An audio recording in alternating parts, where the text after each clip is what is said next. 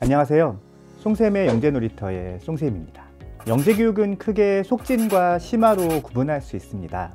속진은 해당 내용을 다 익힌 후 기다리지 않고 바로 다음 단계의 내용으로 넘어가는 것을 뜻하는 반면, 심화는 해당 내용을 벗어나지 않는 선에서 좀 더 깊고 다양한 학습을 하는 것을 뜻합니다.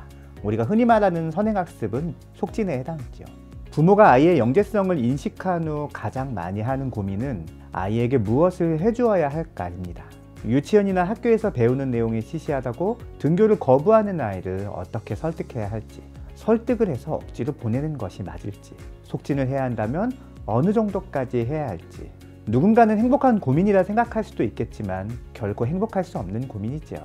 이에 오늘의 사랑방에서는 실제 초고속 속진을 경험했던 영재들에 대한 추적을 통해 영재들의 속진에 대한 이야기를 해보고자 합니다.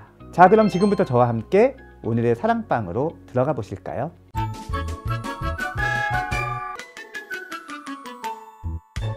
(1986년) 한국과학기술대학교 카이스트는 당시 과학고등학교에 갓 입학한 1학년 학생들을 대상으로 조기 입학 제도라는 것을 시행하였습니다.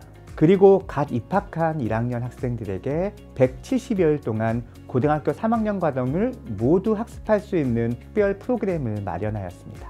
당시 D과학고등학교 1학년 학생 8명이 이 프로그램에 참여하였는데요. 그 결과 6명은 1학년 때, 2명은 이듬해인 2학년 때 카이스트에 조기 입학할 수 있었습니다. 이후 1학년 대상의 조기 입학 제도가 폐지되었기 때문에 이들은 이러한 초고속 속진 프로그램에 참여한 유일한 학생들인 셈이죠. 이후 이들은 어떻게 성장했을까요? 약 17년 후 8명 중 6명의 학생에 대한 추적이 가능했는데요. 3명은 박사학위를 받고 연구소의 연구원이나 교수로, 나머지 3명은 석사학위를 받은 후 연구소의 연구원으로 근무하고 있었습니다. 그리고 6명 모두 자신의 최종 학위와 관련된 일에 종사하고 있었습니다. 그동안의 연구 성과도 매우 높았는데요. 3명은 이미 20대 때 높은 수준의 국제학술지에 논문을 게재하였습니다.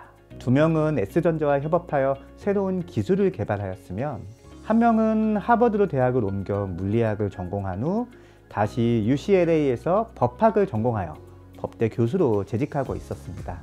그렇다면 속진 프로그램에 참여할 당시와 지금 이들의 가치관은 얼마나 바뀌었을까요? 자신의 성장에 가장 큰 영향을 준 사람이 누구였는지를 묻는 질문에서 프로그램에 참여할 당시에는 대부분이 어머니라고 답한 반면, 성인이 된 이후에는 대학 지도교수나 직장의 팀장과 같은 현실적인 인물로 바뀌었습니다. 성취의 원동력이 되는 좌우명 또한 당시에는 최선을 다하는 사람이 되자, 한우물을 파는 사람이 되자처럼 자신의 성취 목표를 달성하기 위한 넓은 의미의 좌우명이었다면, 성인이 된 이후에는 자신에게 엄격하고 타인에게 관용을 베풀자, 내가 할 수 있는 것보다 30% 더 빨리 하자 등 보다 현실적이고 실용적으로 변하였습니다. 그렇다면 성인이 된 이들은 당시 초고속 속진 프로그램을 어떻게 평가했을까요?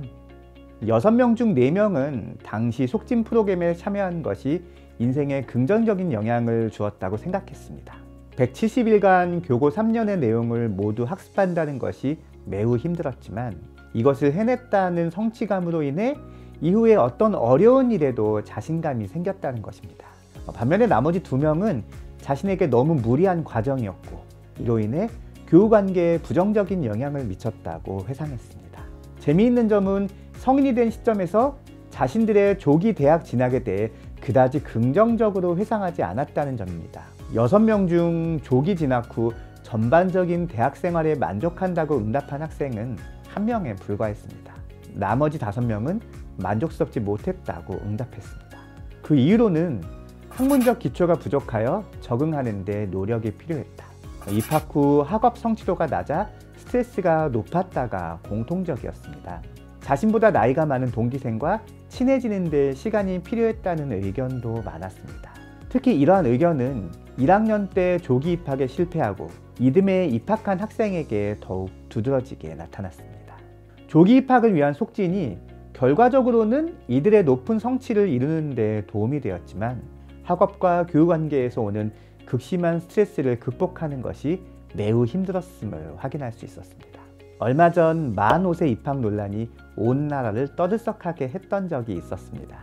당시 논리는 조기 입학으로 더 빨리 사회에 진출하면 자신의 꿈을 더욱 빨리 이룰 수 있다는 것이었습니다.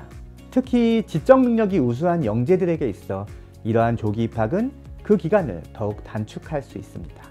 오늘 앞에서 다룬 이야기에서도 충분히 확인이 가능하지요.